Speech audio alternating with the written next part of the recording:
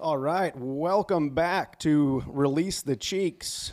We are here, the Cheeks as always. We're live. This is episode 2, and it is called Choices. What kind of choices are we talking about? We're going to dive into that. Okay. I think it's really a great topic, and we've got some relevant topics going on. We'll focus kind of in the sporting, the sports world. There's the hot topics right now. Plus, I think we need to just get it out of the way because we might get questions on what's our opinion on things. Mm-hmm. And so we're just gonna nip it in the butt. Yeah, 100%. Yeah. So, did you check your moose knuckle? Dude, my newest knuckles there. Good. Good. Just wanted to make sure. Got to have that thing. I mean, it's sometimes it just is larger in charge. it's just kind of. It's right there. Yeah. Sometimes you got to do some maneuvering around. Absolutely. And make sure that it's just. We don't want it stuck and cutting off. I don't want it stuck. I don't want it, but I don't want it to be like. You don't want it to look bad either. I want some people to have some imagination with it. I think it's really important to make sure that your moose knuckles always proper. It's like tasteful side boob. It's okay to rock. Have a little bit. It's okay. But then you also have to go back and look and be like, is it really tasteful? I believe that if it's done right, it's tasteful. Okay. Yeah. So I think on certain people it's tasteful. Yeah, but I think everybody should have the opportunity to express themselves. 100%. Yeah. I mean, I don't know if you want to see my side boob. Maybe I do. I think eventually we're going to see it. I mean, yeah. I hope so. We'll find out. And, it kind of goes right into choices. By choice of showing that, there might be some repercussions, but that's okay. That's okay. We'll figure it out when we get with there. That. Yeah. So we want to dive in, live golf. Oh boy. Right? I have some pretty opinions on this one. Yeah, Where do you stand on this whole thing? I know I've expressed my thing. I can see it from both sides. Why there's frustration. But I also love the fact that someone finally had the money and the ability to actually compete with another major sports franchise. I agree. And what we have seen throughout this whole ordeal has been the PGA now has all this money available for their players. And where was this money before? And so that is the frustrating part for me. Yes. And so as a player, if I was on the PGA, I would be questioning, why did it take this for you guys to release more money or to change the status quo of what we were doing before? Correct. And plus on top of that, we'll dive into that didn't really solve the problem. No. All it did was just help out the top players in the world effectively. Mm-hmm. I go back and forth on it. Ultimately, I do. I see it from both sides. I'm honestly probably equally frustrated with both sides. For me, live golf. Look, at the end of the day, you took that deal, and a lot of them were frank and honest and open about it's guaranteed money. And that's hard to turn down. I mean, correct. And a lot of these top players that went over, I mean, that's generational wealth. Yes. I mean, what they're getting, the money they're getting. I mean, there's no way that they're going to make that amount of money on the PGA with the way it was before. Correct. Now, purses are changing. Now, that's not to say they could have made more money. And that's where I see the difficulty. I totally get it from a personal side on why people would take that money. Yes. Where I think a lot of people are questioning is where that money comes from.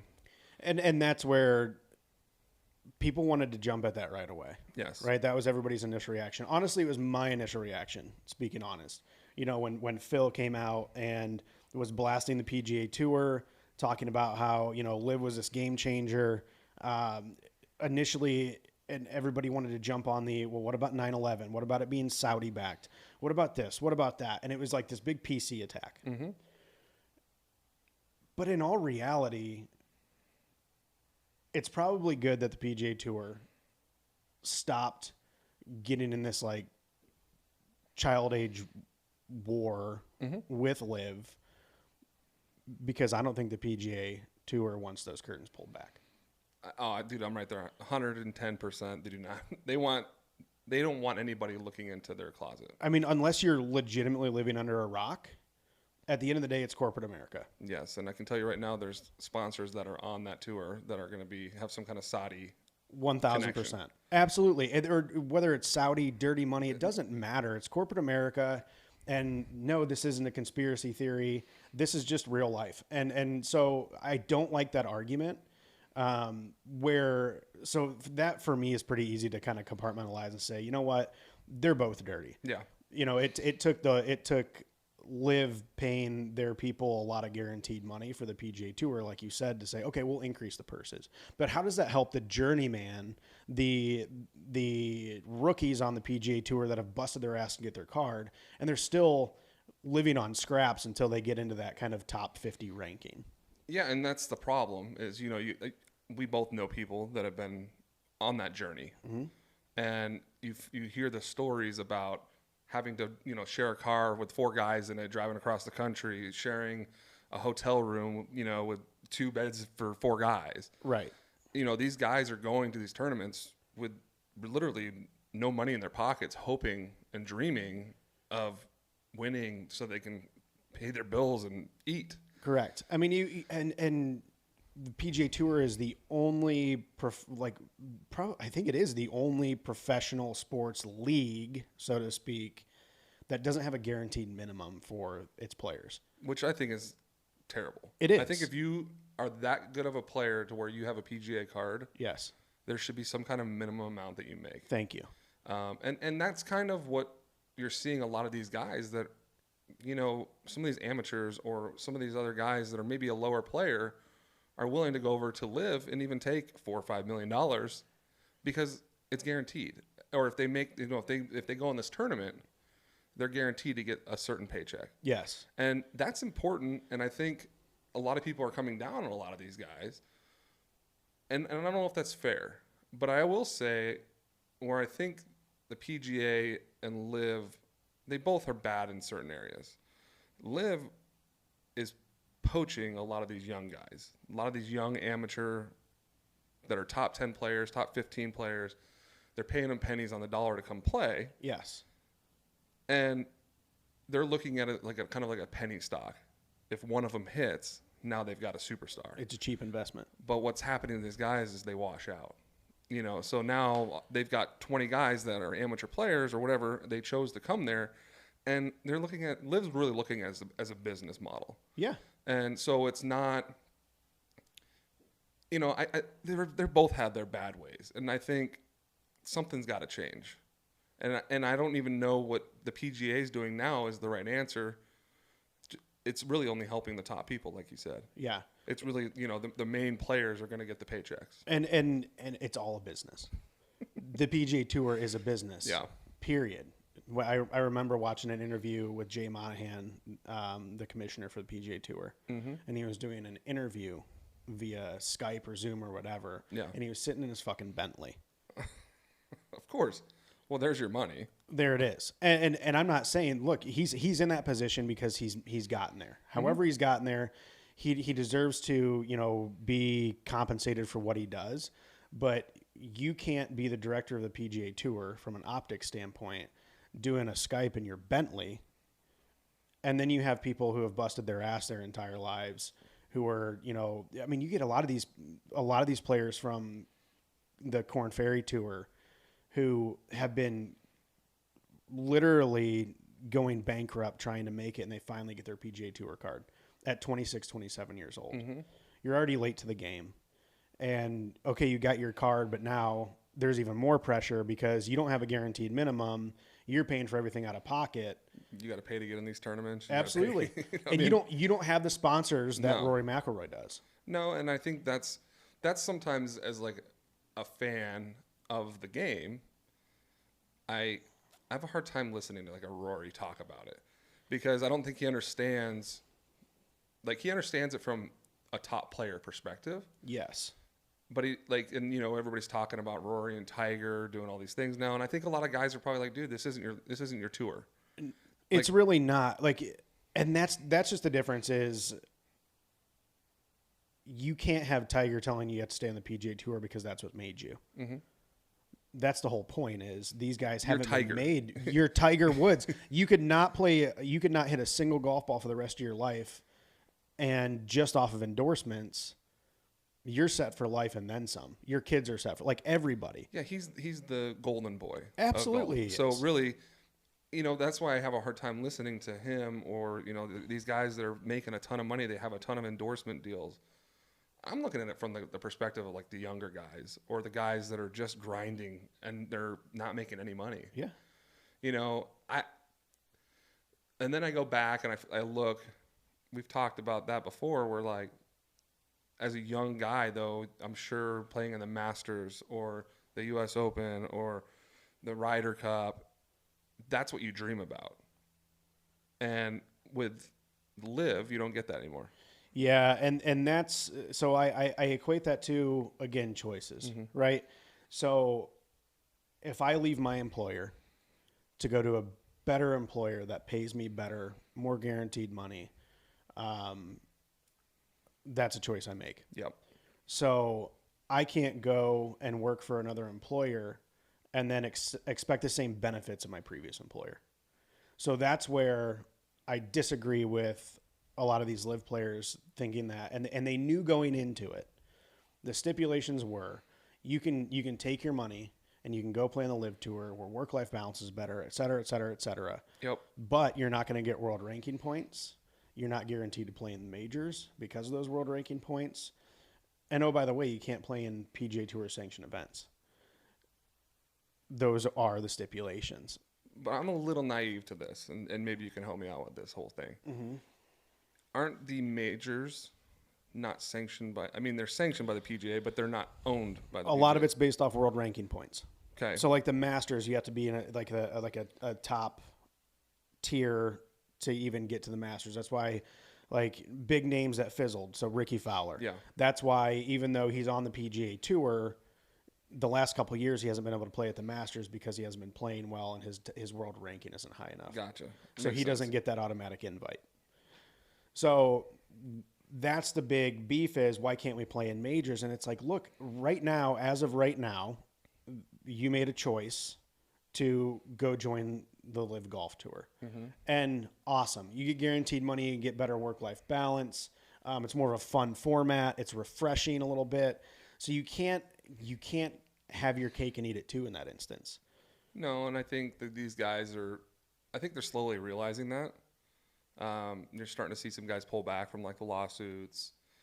I'll be curious to see what happens because I think at some point they would be smart to maybe try to work together instead of against each other. Yeah. And I don't know if that's just going to be possible right now, but I think people want to see that.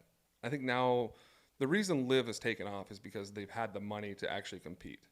And so by them throwing the money at all these players, it's now in return causing competition. Yes. You know, to compete with like a Walmart, you can't just do it with, you know, a small mom and pop can't do that. But when you have money behind you, you can actually compete with Walmart. You can actually open up locations. I mean, that's essentially what the PGA Tour is. I mean, they're the gold standard of what you're trying to accomplish. Absolutely. So it'll be interesting to see. I wish that Live was a little bit more accessible. Yeah, they're working through. I think Fox is working on a deal with them right now to be broadcasted. They're working on TV deals, which I'm interested in. Yeah, genuinely. I think it's interesting, and you hear a lot of people complain about their formats that they do. They have like a team golf. There's really no competition, they say, because there's no cut. There's none of that. But also, are you trying to bring a different base of viewers to watch a game that maybe is a little bit old and stuffy when it like I kind of equate it to baseball. It's a little bit slow. You really have to have some patience. It's like one of those things you have it in the background while you're kind of doing your daily thing. Correct. Where is Live going to be more of like a TV show? Well, you look at it as so that team format. One of my favorite, two of my favorite events to watch are the Ryder Cup and President's Cup. And I think a lot of people are that way. I Yeah. mean, whether you're into golf, I think that's something that you'll tune into because it's kind of a cool event. It's like that. I don't know. It's like that pride. You know, I don't know. It's weird. It's everybody's. I don't know. It's a team thing. I like that, but I don't know. I don't know what the right answer is here. Yeah, I think it all boils down to PGA Tour players and live golfers have made their choice. And as of right now, they are where they are. And there are certain things in place that prevent, those benefits for live golfers to get into the majors and get those world ranking points. And that's why you see a lot of them. They can still get onto the DP World Tour, which is the old European Tour. They can still go over there and play and get some world ranking points. Then it causes this big Why ruffle. can they do it? Correct. Yeah, and that's what you're hearing right And now. you heard, so like Billy Horschel sounded off on it, how that's the only reason they're here is for world ranking points. It's like, well, why are you here? That's the only reason he's there. Like, no shit.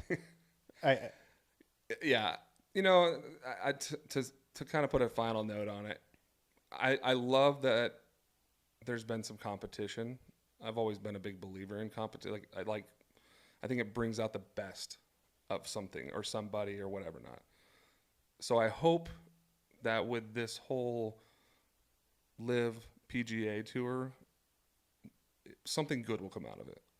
And I think we're starting to see some things with that, with like the PGA now, purses are getting bigger. I think they're trying to slowly realize like some of the things need to change. And I'm glad that that's happening. I am too. I think it shakes it up. I have always, and I will always love and respect the PGA Tour, but I do love seeing things kind of shaken up a little bit. 100%. And I don't think there's anything wrong with that. No, there's not. And I think what you have is you have purists. You have that with anything. You have people in baseball that are like, you can't change it. You can't have a designated hitter. You can't do this. You can't do that. But in all reality, it's what the fans want. Correct. And if a fan doesn't want to see a 4-hour baseball game, then you need to figure that out. Yes. Because that's your product. And that's the same thing with golf. I think, how can you get it to where, and maybe Lives onto something? We don't know, because I don't think enough people have actually seen the formats and all that. It's too early. Maybe they're onto something to where it's more entertaining for a viewer to watch that than whereas like the PGA is more of like the purist. I don't know. I think we'll figure that out. But I will say this. I want to get your thoughts on this one. Was watching that moment on Sunday with the whole winner. Oh, that was awesome. I mean, it's one of those things where that right there is what the PGA has. I know that's what's really cool. I've always appreciated the PGA Tour for showing, when you have that winner of that tournament, seeing the family go out there, and this is just another really cool week. Mackenzie Hughes winning. Congrats to him. Yep. Congrats to Ping. I love seeing the family run out there. There's just something about it, like seeing them hug the kids. It's like, yeah, I mean, these guys bust their ass. Literally every single day, day in, day out. They probably don't get a whole lot of really, really quality time. I hope they do. I hope I'm wrong. But so like when you see that moment, like, dude, I would be a blubbering mess. Like I'm an emotional guy. If I'm standing there and I just won a tournament, I don't care about like, awesome, I won a bunch of money and I won a tournament. But seeing my family there to support me and like having my boys run out to me, that's so cool. Those are moments that I think he'll remember that probably more. And maybe I'm wrong, but than actually winning the tournament. Because you're there and you're enjoying that moment of victory with the people you love most. Yeah. And I think that's what today's age in sports is. I mean, with sports, I could find nothing better. I'm too old. I don't do anything. But like, if I could have my boy, like I'm like you. I probably would have been like, oh my God. Oh yeah. Yeah. So it's a really cool. I love what sports does. I love what it brings that home feeling. It does. And I like taking my kids to the sporting events. Jay, on the other hand, is a little bit. He doesn't understand a sporting event. He Well, just likes to sure. run up and down stairs. Yeah, I mean, there's energy there. So, Yeah. but it's definitely going to be interesting. I want to see more of those moments, and I think hopefully we can. Well, it's the human connection, right? Yeah. It makes us feel more connected to him. And on a non-cheesy standpoint, it really makes me feel connected to him when I see like highlight reels of Shanks and just fucking cold tops from the most elite players in the world. And I'm like, Yes. yeah, they're not robots. Yeah, I can't remember the guy's name, but I think it was the best moment when I actually saw him when he shoot like an 82. Mm-hmm. I'm like, oh my god. They can do it too. But then he shoots like a 62 the next day. Yeah, that's so like that really bothered me after Yeah. that. I was like, oh sweet, he's normal, and then oh wait, If I shot an 82 and I was pissed off about it, I would rebound with a 92 because I would try to force everything. because now you're mentally thinking Yeah. about everything Yeah, going on. absolutely. That's the difference. They're a little stronger in that mental standpoint, Yeah. But that I love the human aspect to it all, and I think that's what needs to be appreciated. Yes, these guys are insanely good. Any sports, whether it's football, baseball, hockey, soccer, it doesn't matter. Any of these professional athletes, guys or girls, are so good at what they do. And golf is one of those things too, where you think you're a pretty decent golfer until you realize how easy they make it look. Dude, And they're playing a course that's 1,000 yards longer. Yeah, I mean we play with some guys that are really good players. Yeah. I find it funny. I think we played in the scramble, and you and I are just hitting the ball all over Oh, the yeah. place. One of our buddies was upset that he hit it. His bad shot was like 10 yards from the pin, Oh, yeah. and I was like, "Dude, that's like an awesome shot." He Yeah, was like, you'd see a club drop. yeah. He's like, "Oh, dude, that's Oh, terrible." man, what a piss poor shot. I'm like, what do you mean? You got 25 feet. Yeah. So, I don't know. It's interesting. Yeah. That I find it funny. Yeah. But when you're that good at something, Well, and you got to realize, Matt played professional golf. yeah, He played in Corn Ferry Tour events. He played, I think it was web.com when he was in it. But either way, he played in those events. He knows what it takes to be at that level. And that's why we're bringing him onto the show to talk about it. yeah, I think that'll be a blast because Yeah. I think he'll have some good insights. And and rest assured, we're going to have some fun content about playing with him. Yeah. And the cameras will be rolling the entire time. Oh, and, yes. and so going back to that point, to me, even if I know I didn't hit it that great, but it ended up on the green, win. yeah, oh, dude, if I'm anywhere, even if I'm on the fringe Right. and I can pull my putter, I'm happy. Oh yeah, Texas wedge. Hey, you've seen me a lot I've of seen times. it. You're gonna get it closer with a putter than a wedge. My wedge game is not good. For now, we're gonna work on it. We're gonna work on You that. know, And that's, I think golf has been a really fun thing for me and you. I think we enjoy playing with each other on that. And sports, I think in sports in general, I think we both kind of grew up playing sports. yeah. I mean, I played football, baseball, all that fun stuff. What was like you played baseball, I think, right? Baseball, yep. Yep. So now Football going growing into up. that, like, what's your favorite sport? Like, if you were to go to any event, maybe you didn't play it, whatever it is. Like, what do you like to go to? Favorite live sporting event? Yeah, Hockey. dude, 100% agree with you. No doubt, 1,000%. I love going to live football games. I love going to live baseball games. I can't watch hockey on TV. I can't. Like, I can't get into it. Yeah, But live, there's nothing like the Coyotes aren't that good, no.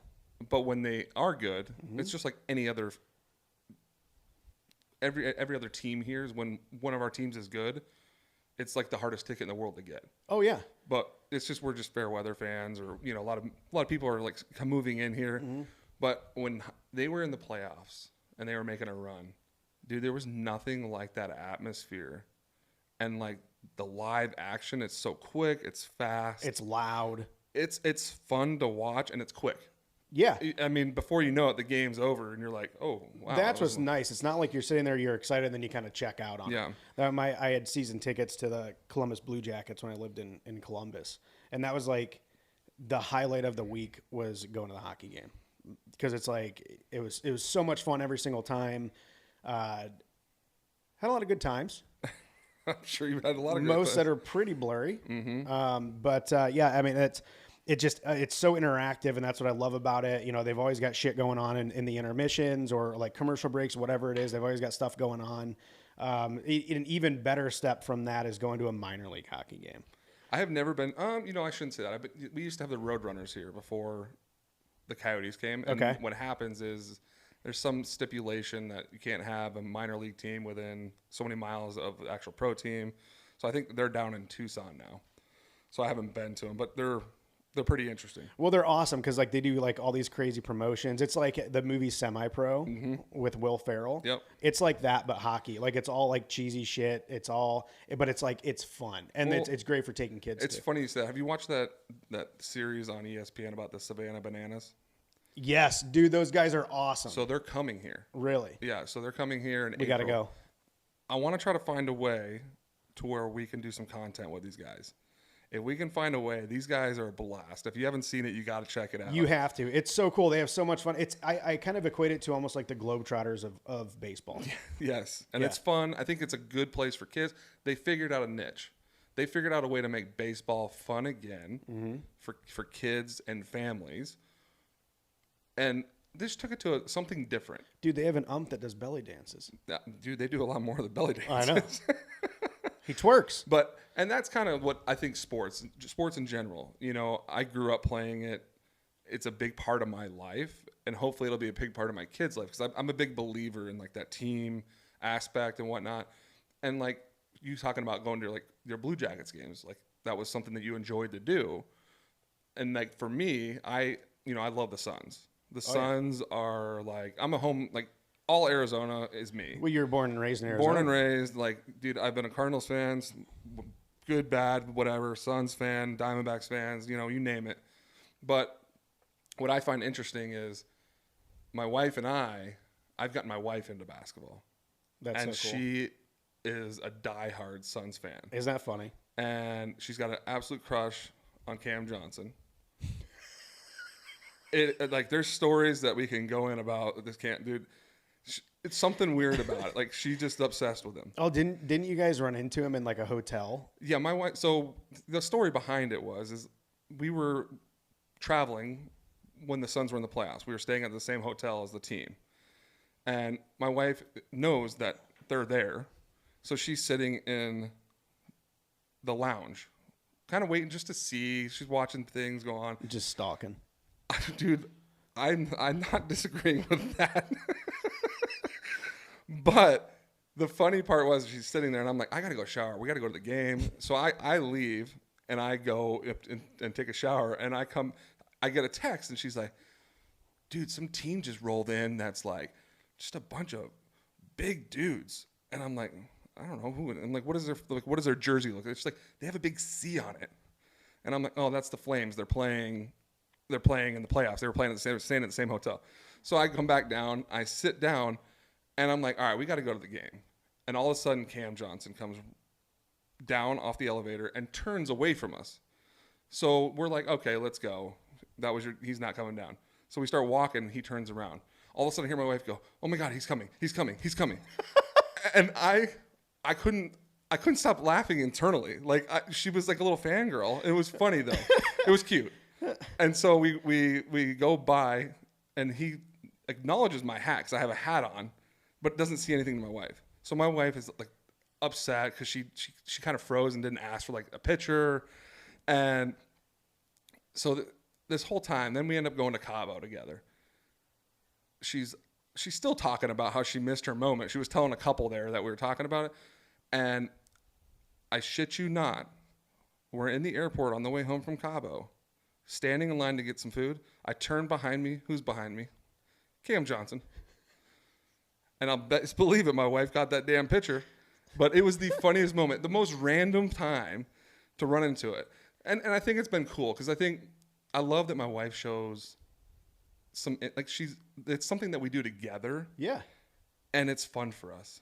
And it's kind of like our mantra. Like we go to the games. We usually go out to dinner beforehand, go to the game. When playoffs are around, like my wife is super into it. Like we've sat up top, like in like a suite before. And her and I are both like, we don't like that. Like we like to be down and like In it. we're in it. Like when we're playing, like her and I are there. We're interactive. Like it's one of our things we're just really super passionate about, and it's been fun to watch. Like my wife, because before when we first met, she wasn't into that stuff, and she's kind of like basketball, and it's like our new thing, which I think is fun for us, you know, and I think that's what sports does for families. You know, I think taking your kids to a game is a blast. I think we need to take the boys to that Savannah Bananas thing. Oh, it would be awesome. I think they'll enjoy it. You know, I think sports unite people Yeah, in a simple but effective way. yeah. And there's nothing better than that. I love when Decky puts on his Packers jersey and says, "Go Pack, go!" Dude, Jay rolls around. His only hat he wears is a Cardinals hat. I see it every day when I drop off Dude, he Decky will at not. daycare. He's wearing his He Cardinals will hat. not put anything else. It kind of goes back to like you talked about. Your boy just loves his Crocs. Oh, They find those weird things that they're just like obsessed about. yeah. I'm having a little bit like I have a daughter, so we have a lot of toys that are girl toys, and my boy is obsessed with Elsa All in.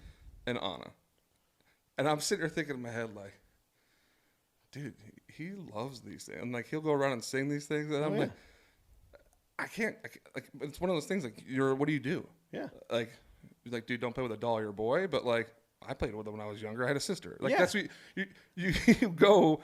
I grew up with two older sisters. So what do you think I did? They dressed Right. me up. I was like their little puppet, Yeah, absolutely. and that's what he is with my daughter. Mm-hmm. I find him with a purse, a necklace, and he's pushing around a baby carriage. just releasing the cheeks. And He's looking releasing the cheeks. good. Good on him. Yeah. So it is. I mean, I mean, would you rather have that, or would you rather have him kind of disappear for a second and then just come back naked as the day he came into the world, just walking around dick out? but I get the best of both. He does both. Oh, nice. That is nice. Yeah, I only get one. Yeah, so he is my fun one. Mm-hmm. My daughter is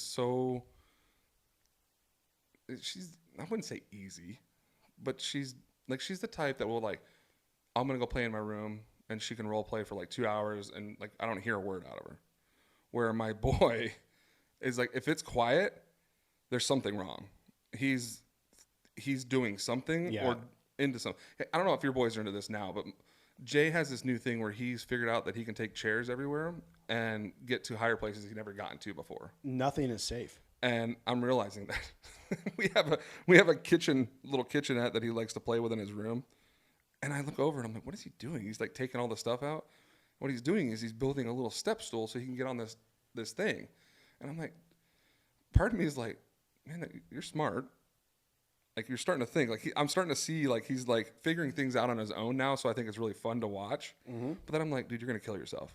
We had to install these devices on our doors because not only can Decky unlock the door with ease to outside, Which is like front door, garage Yeah. door, but he can open them even though they're like the weighted, like self-closing ones. And so we put these things on there that are like, it's fucking Alcatraz. you have to though. You have to. You know what's crazy though? I never had to worry about this with my daughter. She was never like, I never really had to baby proof because she wasn't into like that. Where my boy, on the other hand, he literally will, anything I don't want him to do I'll think it and he's like, I'm going to go do that. Oh yeah.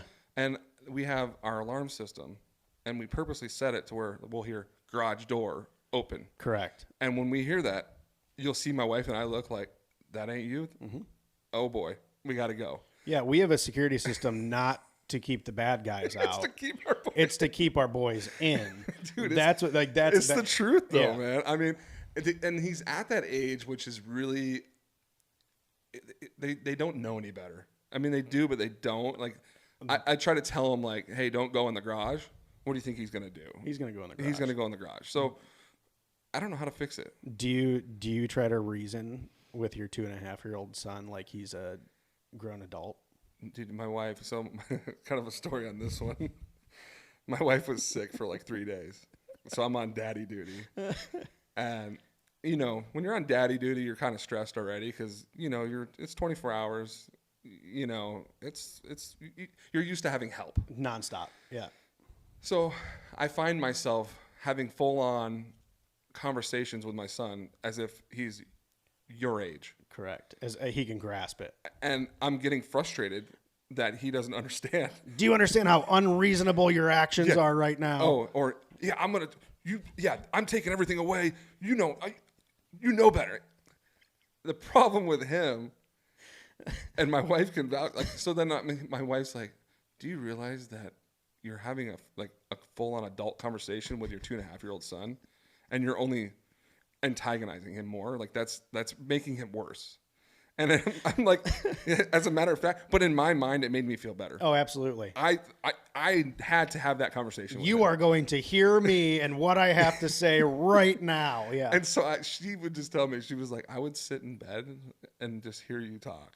And I'm like, I couldn't, I had to laugh because like, she knows it's not going to work, but it's something for me that I had to do because it makes me, I don't know what it is. It's a weird, I still do it to this day. Oh, yeah. I still talk to him. I'm like, you don't understand? And so, but kids are fun, man. Yeah. They're so pure. They're just innocent. And like, I love that my son is just a ball of fire. Oh, It's a blast. And I have both spectrums, so it's really fun to see. Like my daughter's so sweet and dainty, and like then I have my boy that's just so raw and like we were out last night, and you know the big inflatable things for like Halloween, like the dogs or like the pumpkins. oh yeah. Most people would be like, "Oh, that's cool." Like my daughter would be like, "Oh, look at the pumpkin" or whatever. My son thinks he can go tackle it. So that's his mentality. So Yeah. he doesn't understand like, oh, that's a cool. It's like I saw a thing on one of the TikToks, whatever. It was like this kid. I think he's playing the wrong sport. He hits the ball, and the boy just runs and tackles the pitcher. That is my boy. That's being well cultured and understanding different sports. So, I'm excited because our boys are getting to that age now to where probably the next couple months, 6 months or whatever, not to where they can start putting them in some sports. Oh my God. We have to. I think that not only should we sponsor a T-ball team, I think that we should coach a T-ball team. I'm down. I'll do it. Full out Cheeks gear. I think it would be. I think it would be blast, and I think it would be some good content, and I think it'll test our patience a little bit. Well, I feel like we've got a good, test on our patience. We just set up, all this podcast equipment, and we're used to dealing with children day in day out. So I think we can handle it. It's been some stressful little times here. Mm-hmm. Every morning we wake up and it's something different. Yeah. We were just talking about it now. We're talking about like our setup here. Oh, it's terrible. We both just laugh about it. We basically have 2 outdoor chairs, a random table, a random rug, and we just put it together. That's it. With a blank wall. Now our equipment, now that we've been through 3 cycles of equipment, figuring out which one's the best, our equipment's wonderful. I think what we've realized is it's better to maybe spend a little bit more money and get the right stuff. I think we spent way too long setting this up. It was a doozy, but we're here. We're here, now, and I think it'll be fun to see. I think it'll be fun for our listeners or whoever's following or whatever not to see kind of where we started to where hopefully where we're gonna go. Yeah, and like the transition of our setups. Because we don't know. We're just learning. We're figuring this out. Absolutely. Like we might paint the room. I don't know. We just get ready. We'll put it on video. It'll be fun for people to watch. Yeah. Or for myself to go back and watch. Yeah. But I remember my wife's like, "What made you guys decide to get that color rug?" And I'm like, "I don't know. We went there and we liked the color. Like, it was a comfy, fluffy rug. We didn't. That was." You know what's crazy is that was our thought process. Uh-huh. We didn't even talk about colors. We're like, we just want a fluffy rug. That's it. And we came home with a fluffy rug. Yeah. There it is. And we have a fluffy rug. So now we have to figure out what we're going to do with the rest of our stuff. So we're going to get some different furniture. We got a cool sign coming. You guys will see it. But we're excited for it. I'm excited. I know I am. All right. So I saw something today that I want to kind of go back to that sports talk a little bit. Okay. we were kind of just chilling, watching the news earlier, and we're kind of dealing with this whole Robert Sarver thing here in Arizona, Yeah. having an issue with, problem with some women stuff, some, racial stuff. He said some questionable shit. He said some crazy stuff, and he deserves to not have a team. Mm-hmm. But then I find myself watching the news today, and I had to like rewind it because I didn't believe what I just saw. And I'm watching this, and they're showing Robert Sarver and kind of just clips from his past. And there's a clip of him celebrating with Diana Taurasi during COVID. I think they either won or they won a game, or maybe they won the championship. I'm not sure. And he's hugging her. And then he releases the hug. She turns away, and he slaps her on the ass like, good game. And I looked at you, and I'm like, did I really just see that? Like, and we had to go back and rewatch it. And I started, we started having a conversation. I'm like, that's essentially like if I owned a company and I walked up to, let's say, my secretary or my employee, and I just went over there and slapped her ass. Because Diana Taurasi is an employee of his company. He owns the Mercury. So I was like blown away by it. Like, I couldn't believe it. I'm like, I don't even know if this is out. Like, I don't know why people aren't talking about this. Like, they're announcing it on the news, and there's like no conversation around it. It's like, yeah, this guy's been rung up all over this, like the sexism, the misogyny, racist comments, and then you got him on camera smacking the ass of effectively, like you said, one of his employees. Yeah. It's like, well, there's a red flag. Yeah, and I think good. I'm glad we figured it out.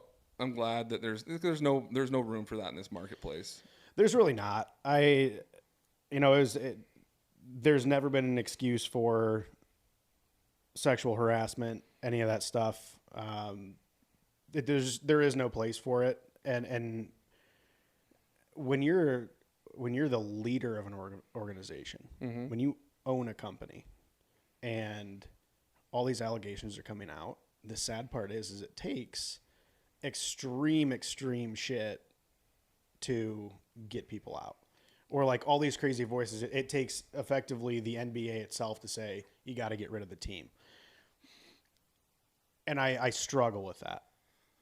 Yeah, I agree. And I actually was thinking about this, and I think the players said it the best when this whole thing was going down was, Draymond Green had come out and said, because the owners didn't want to vote on it. Silver didn't want to put it to the vote to the owners. He said it wouldn't have passed or whatever not. I love what Draymond did. He said, no, put it to a vote. I want to expose the people that didn't want 100%. for him to sell the team. And I think that was the best way. And I think that was a powerful moment. And I think that changed a lot of perspectives and then these owners were like, then all of a sudden after all that stuff, these owners were like, all right, yeah, we need to get him out. They didn't vote for it, but all these sponsors, all these other people pull back. But that was the best wording and the best way that it kind of resonated with me the most. Yeah, just put it to a vote. Let's see what they do. The sad part is I think that they didn't want to put it to a vote for that exact reason, because then what if another owner gets put under a microscope? That's why I think It could turn into a scandal. And I think there was some backdoor stuff where there was more and more people coming out talking about it. There were starting to be sponsorships that were starting to pull out. And, Sarver can say it was part of his family. He wanted to protect his family or whatever not. I also think I think he's protecting the NBA. And I think a lot of these owners are like, hey, I mean, granted, he is going to sell this team for $4 billion. And he still gets to control who buys this team.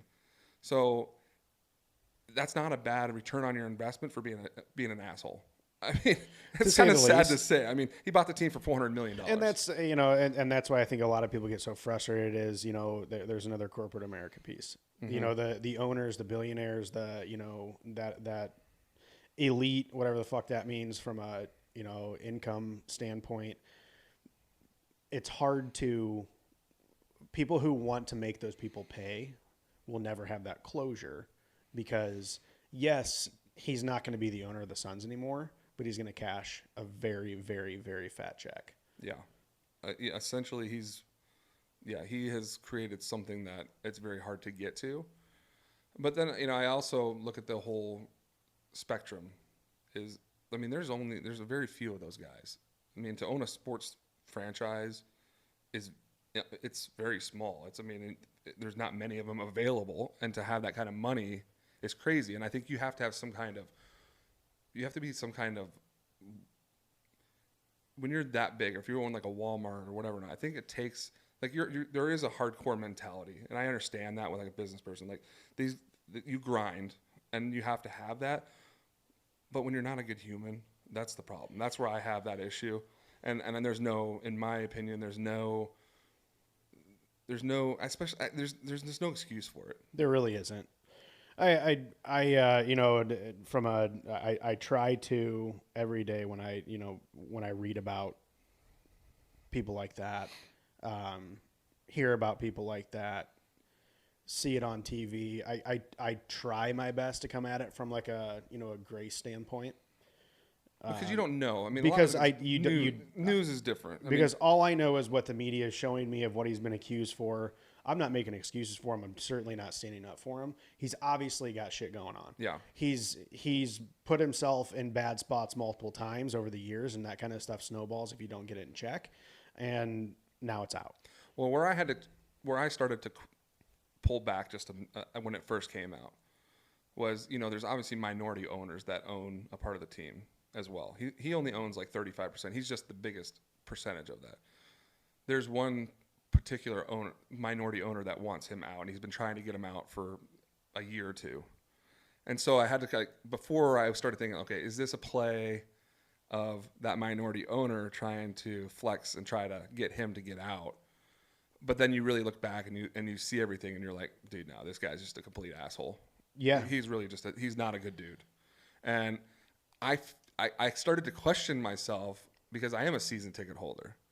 Like, do I really want to support that by me giving my money to that? Yeah, the morality question is huge. Yeah, but then I started to look at it from like the whole perspective. And now that like he's selling the team, I'm supporting an Arizona team that I enjoy watching, and I enjoy going to the games.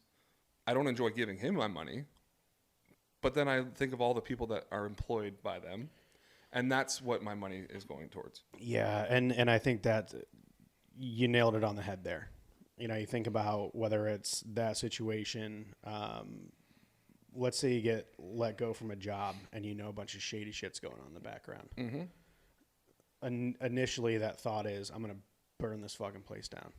Yeah, but who am I hurting in that? And it's not the owner of the company, the owner of the business. he doesn't care. He doesn't care. He's got billions of dollars.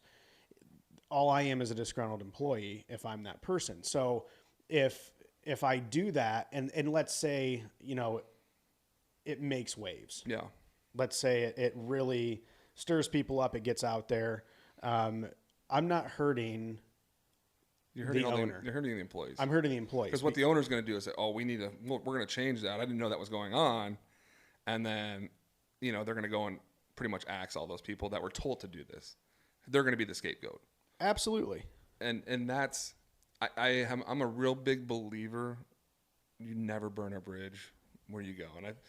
And then because you never know where you're going to come back. It might not be that job, but it might be some other thing where you guys cross paths. And if you would have burned that bridge, you maybe not would. It might not be the right thing. So, I sometimes you might need something. And I think the best part is if you just kind of go in and you just take it and you just say, you know what, maybe they did me the right thing. Well, it's just like the Suns owner or anybody else who does something wrong. Yeah. Right. Any wrongdoing. I fully believe in karma, and the 100%. the reality is, he's gonna get $4 or $5 billion paycheck out of giving up his ownership and selling, but he's got to live with a lot of stuff. Yeah, and I think a lot of people. I think for me, I think the hard part for me would be, you have the money. That's great and dandy, but like everybody's going to look at you differently now. Mm-hmm. Your life is never going to be the same. Correct. I'm going to equate you as that guy. Like I'm not going to look at you and be like, oh man, look at all the great things he did for Arizona. Which he probably did a lot of great things. Yeah. And I won't take that away from him. He probably donated a ton of money. He did a lot of great things for the community. But you tarnished it. I cannot.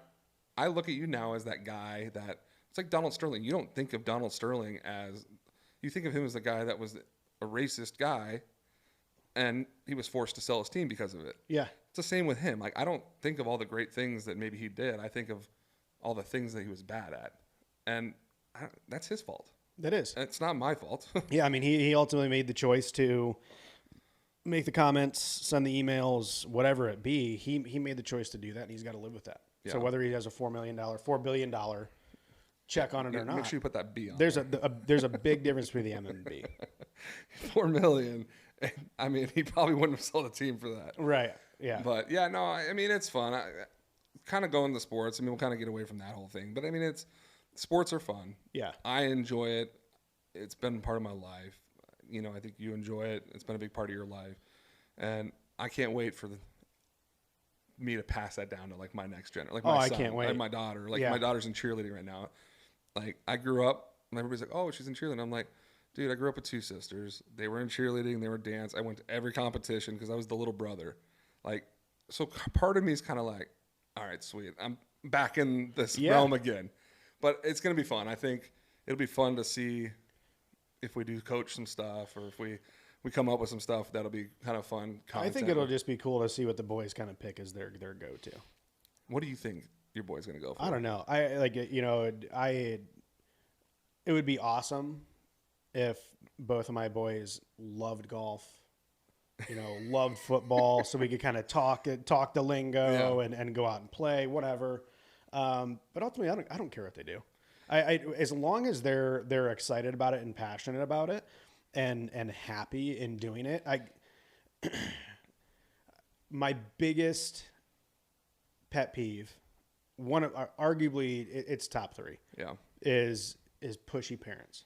Yep. And Pushy parents are bad. I've seen it in a lot of different ways, but when I was a club fitter, no matter which company I worked for, no matter which brand I represented, it never failed. I would get the overbearing dad come in with his young teenage son, who, if I was 14 or 15 years old and had that swing, I would give probably my left nut for it. Probably. But then you have the dad there, like, and I'm not exaggerating, like screaming at the kid to more hip turn, release, fire, like just like, and the kid's miserable. Well, I think there's two ways to that. I mean, I think you get a lot of parents that they try to live through their children, Unfortunately. and they never were able to do something, so they push them to something that they wish they would have done. And then you get parents that when I see those types of parents, it bothers me, because those kids, they're probably really good at golf, and they probably could be even better if they didn't have that pushy parent. You know, Tiger Woods is a rarity. I mean, his dad pushed him, and he's got some issues. yeah, and that's what I'm saying. So like, that can ruin a child, and I'm a big believer with sports or anything like that. I'm gonna put my kids in anything and everything, and see what they like, because who's to say that what I want them to do is what they like to do?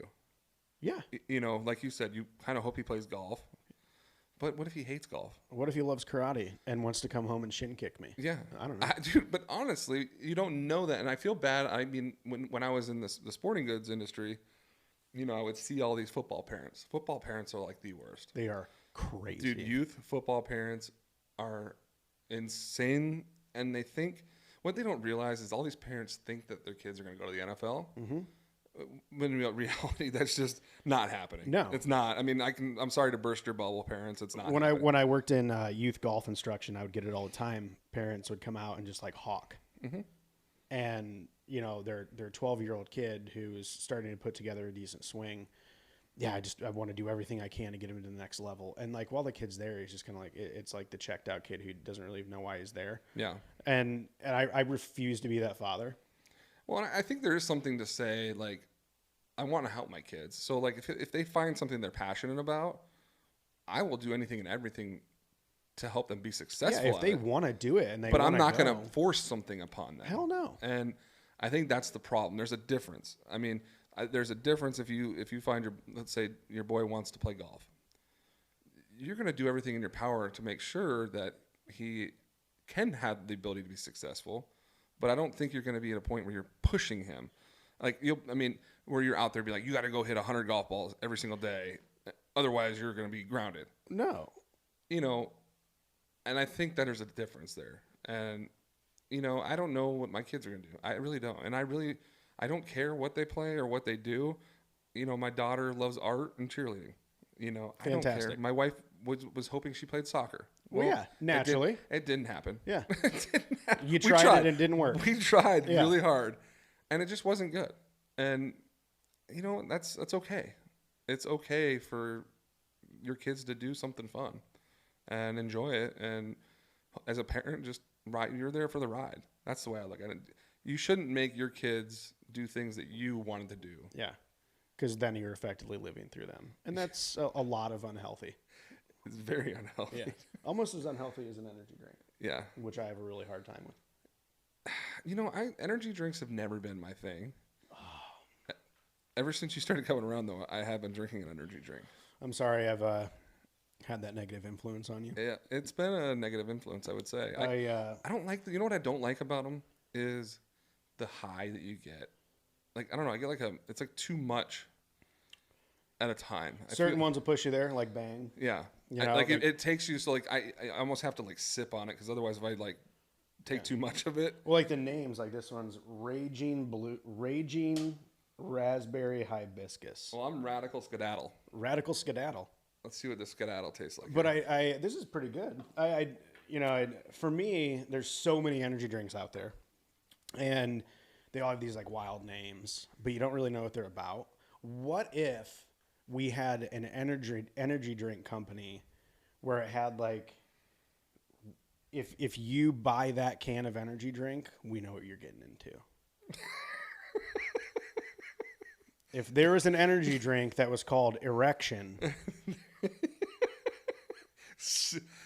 That would be interesting. That would be a good case study to watch. I mean, look, if you're in the office and you guys are you're leaving work, you're in the office and Carl cracks open a can of Erection, you know what Carl's going for. You're like, I get Carl. I don't think someone's buying the Erection can mid-morning or mid-afternoon. They're buying it hopefully after work. If I'm at QT and I see somebody pulling one of those bad boys out at 7:30 you're starting to question things. I'm number one. Am I jealous?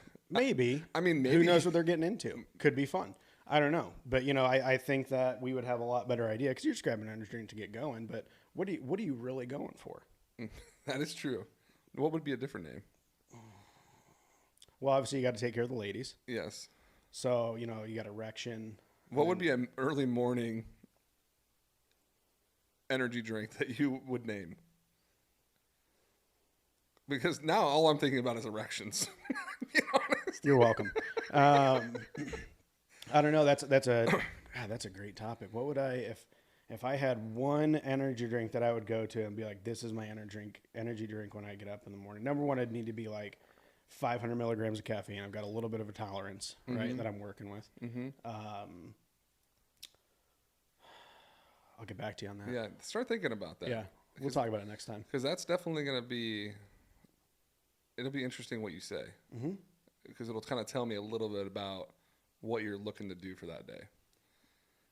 And is this a can that you're going to pull on a daily basis, or is this a can that you're going to pull a one-time deal on? No, it would have to be, I think you'd have different drinks for different scenarios, right? So if like today, waking up, getting that podcast energy.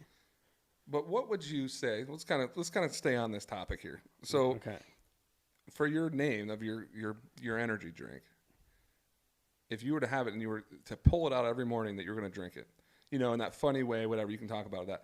But what would you name it to what you want your daily life to look like?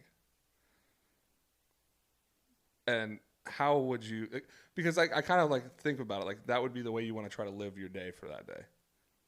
And I don't know, it's a weird topic. We can kind of think about this and ponder about it.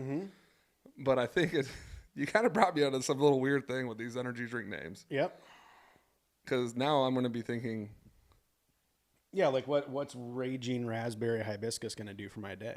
I don't know because it's kind of a vague name. It just sounds like a really aggressive fruit. and yeah, flower. that one, I've heard some better. I mean, it's okay. Yeah.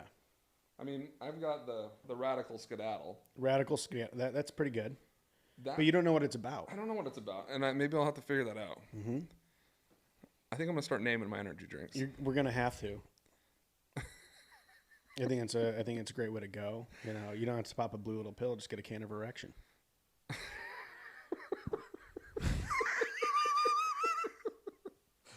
Would it be bad if I just like set a can like next to my wife's nightstand and I just had a can of erection there Yeah. waiting for her? What do you think she would look at me like? Knowing Jenny and her Midwest Minnesota delivery. Oh my gosh, Justin. Probably something along those lines. Yeah, but I think it'd be fun. But she'd be into it. I think what I'm gonna do is I'm gonna get a can of Bang Energy. Mm-hmm. I'm gonna do a little whiteout. I'm gonna put erection on it, Erection. and I'm gonna do this and see what her response is on it. I like it. There's only one way to find out. I mean, the bad part is I'm really pissed at you right now because now all I can think about every time I look at this can is an erection. You're welcome. Thank you. So, well, how about those Cardinals? You know, I'm a diehard Cardinals fan. And if you were to tell me they were going to be 2-2 right now with not having our number one receiver, I would be like, sweet. I'm okay with it. Okay. But if you look at the 2 wins that we had, we've played like absolute ball sack. Oh, We don't look good. it's yeah. I'll get mine out of the way. Packers are so predictable. I'm kind of ready for a shakeup. So like, it's every season it starts like this. Like 4 games in, we're going to be like that 2-2, 3-1. We've barely eked out games that we should have won by a landslide. We've lost one looking horrible, but it all kind of works out. Aaron Rodgers takes us to the playoffs. We get past the first playoff game and then shit the bed, and then it's next season. I'm kind of ready to suck, like consistently, like be bad for a season or two. You Until guys we get, here's the thing with you guys, and which you guys are kind of spoiled. And the reason I said it, you haven't had a shitty quarterback in a long time. yeah, I mean, You literally went from Brett Favre to Aaron Rodgers and didn't skip a beat. yeah, and they're both questionable human beings. Oh, good old Brett Favre. What about him now?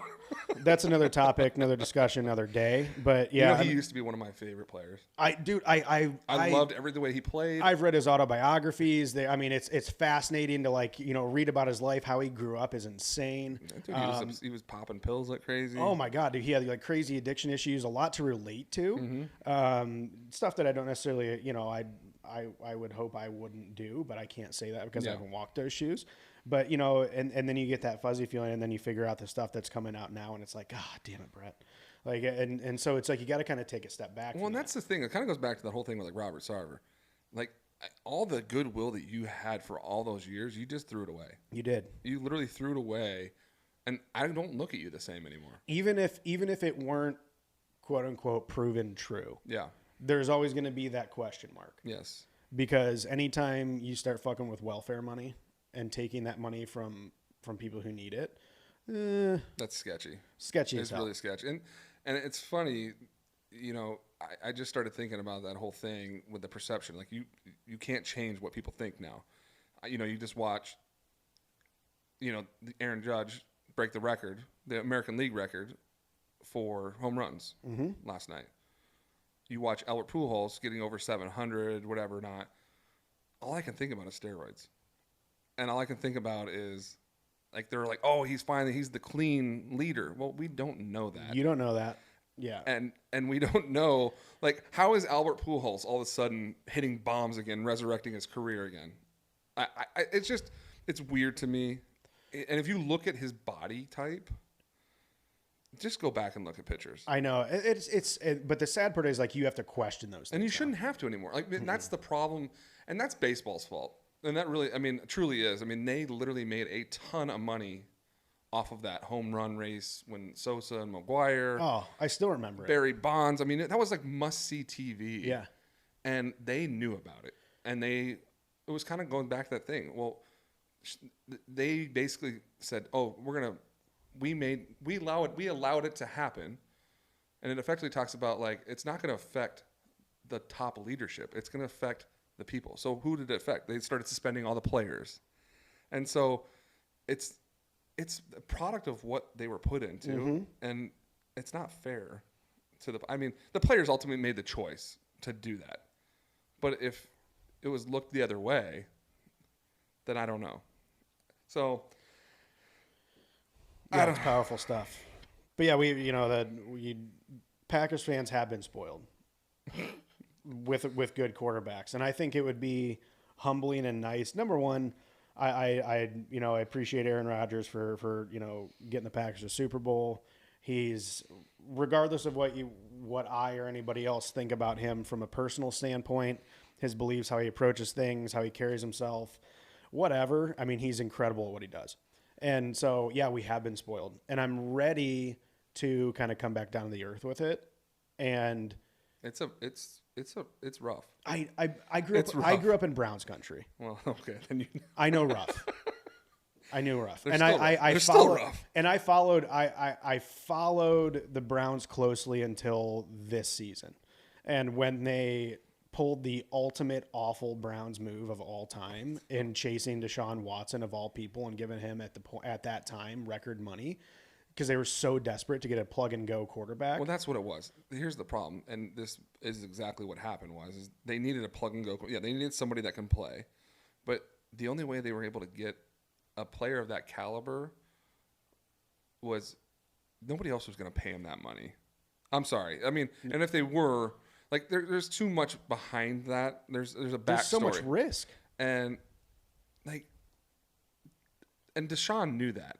Like, he knew that the Browns needed him, and like I feel, for him to get that type of money with what he's been accused of, and that too, it's not like one person said something kind of. when you have like 25 people coming out, I mean, granted, there's probably some that piled on. Yeah. But I was listening to, it was like, I think it was like Sam Acho or one of the guys on ESPN. I love Sam Acho. And he was talking about, he's like, dude, you don't have 25 different massage therapists in the NFL. I mean, these guys, these bodies are like, they're machines. I mean, these guys spend a ton of money to make sure that they're at the highest They peak have fitness. to be. So when you find a masseuse, it's someone that knows you and knows what you need, and so you might have one or two that are your go-to. 25. That sounds to me You're a predator. he's got that rub and tub hack on his phone, and he's looking around for some fun times. Yeah, and so when you have all that pile up, like, why would you do that? And then God, it was such a circus mess, and I got to the point where I was sick of reading about it, sick of hearing about it, and I could care less what happens to the Browns. And I've always been a Packers fan first. My dad's whole side of the family are all, diehard cheeseheads and Packers fans. So I'm glad that I didn't have to, because I would have gone team shopping. I probably would have just jumped on the Cardinals bandwagon. You can still come. Oh, I mean, I always support the It's kind of a Cardinals, yeah. frustrating one, though. That's all right. I would rather have like the frustrating up and down season versus just all bad. Yeah, the all bad's But really tough. I mean, the Suns, you've been you gotta there- remember, you've been there for 'em. Well, yeah, I've been there through them all. I mean, for crying out loud, the Suns were the laughing stock for 10 or 11 years. I mean, we were terrible. Yeah. And now it's kind of go back. I think it's impossible to get a ticket. I mean, season tickets are sold out. I mean, it's just insane, but it's fun. And I can always tell, like, and I don't care whether you're a fair weather fan or not. I just enjoy that at least you're coming to support the team. Yeah. And that's why when you watch a game, a lot of times there's a lot of, just because Arizona is so, everybody comes here to wintertime, whatever it is, and they come live here. A lot of people move from the Midwest here. So when you go to a game against like the Bears, there's a shit ton of Bears fans. That's what is fun about it. It's kind of like we don't really have a home field per se. You know, it was wild as I was working down around the Cardinals Stadium last year during football season when the Packers came in and played Yeah. at the Cardinals Stadium. Oh, I'm sure it was cheeseheads galore. Dude, it was 3-1 Packers fans. Well, what people do here is they have season tickets, and when the Packers come into town or you know, whoever's got a huge following, the Cowboys, whatever it is. Those are prime time though you sell those tickets, you make all your money for the whole year. They're prime time and they're teams that travel well. Yeah, and so you basically could sell your tickets, and everybody always says, "Oh, don't sell your tickets." But you know what though? If I could sell my ticket, I probably wouldn't. I just because I'm a huge fan. But I could see a lot of people that are like, "Dude, my season tickets were $3,000, and I can get for just one game I can sell, and I can make half of my money back." Correct. I mean, that's kind of a no-brainer. That's just smart. But I can also see it from like a super fan. I'm like, dude, don't sell your tickets. Like, I want it to be in Arizona, like home field. But it's just never going to be that way. I don't care who you say, what it is. It's, you know, people can do what they want to do. It's their prerogative, and that's their right to do it. But Absolutely it is. I don't agree with it, but I kind of do. Yeah. So I don't know. But Well, yeah, this is it's a good place to go there. This is wrapping up episode 2. We've covered some good topics, talking about choices, repercussions, centered around live golf, PGA Tour, sports figures, and we're always open to talking about that. So thank you for joining us once again. Keep releasing those cheeks. the cheeks are out, baby. And wait till next week. We'll have some more decor going on in here, and get ready for some content. Yep. Keep an eye out for that content. There's Oh, gonna be yeah. some good stuff coming out. All right.